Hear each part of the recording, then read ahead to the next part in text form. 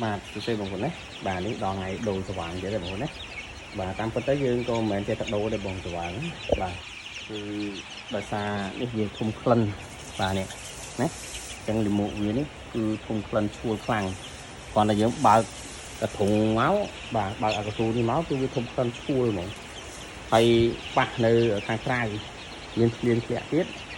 អញ្ចឹងគឺយើងត្រូវតែដូរហើយបងប្អូនណាបាទគឺយើងត្រូវតែប្រញាប់ដូរ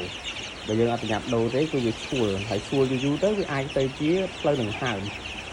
ណាបាទព្រោះហ្នឹងសិតតែពួកអាម៉ូញ៉ានេះបងប្អូនណាបាទអញ្ចឹងក្លិនហើយវាមាននឹងសើមច្រវើងទៀតអញ្ចឹងគឺវាមានបញ្ហាអញ្ចឹងហើយយើងត្រូវតែ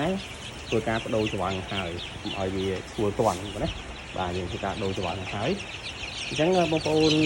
ក៏ត្រូវដឹងដែរថាតើពេលណាគួរដូរច្រវើងពេលណាមិនគួរដូរច្រវើងណាបាទព្រោះយើងមានកាមយើងដូរកាមទៅយើងជាកន្លែងនេះអីស្ងួតទេយើងមិនបាច់ដូរក៏បានដែរប៉ុន្តែដូចខាងនោះមិញគឺវាសើមអញ្ចឹងយើងត្រូវទៅដូរតែសរុបទៅគឺយើងដូរទាំងអស់ហ្មងបងប្អូននេះបាទដូរវាទាំងអស់ហ្មងវាសើវាឈួលហើយគុំក្លិនហើយអញ្ចឹងយើងត្រូវតែបដូរហើយណាបាទអញ្ចឹង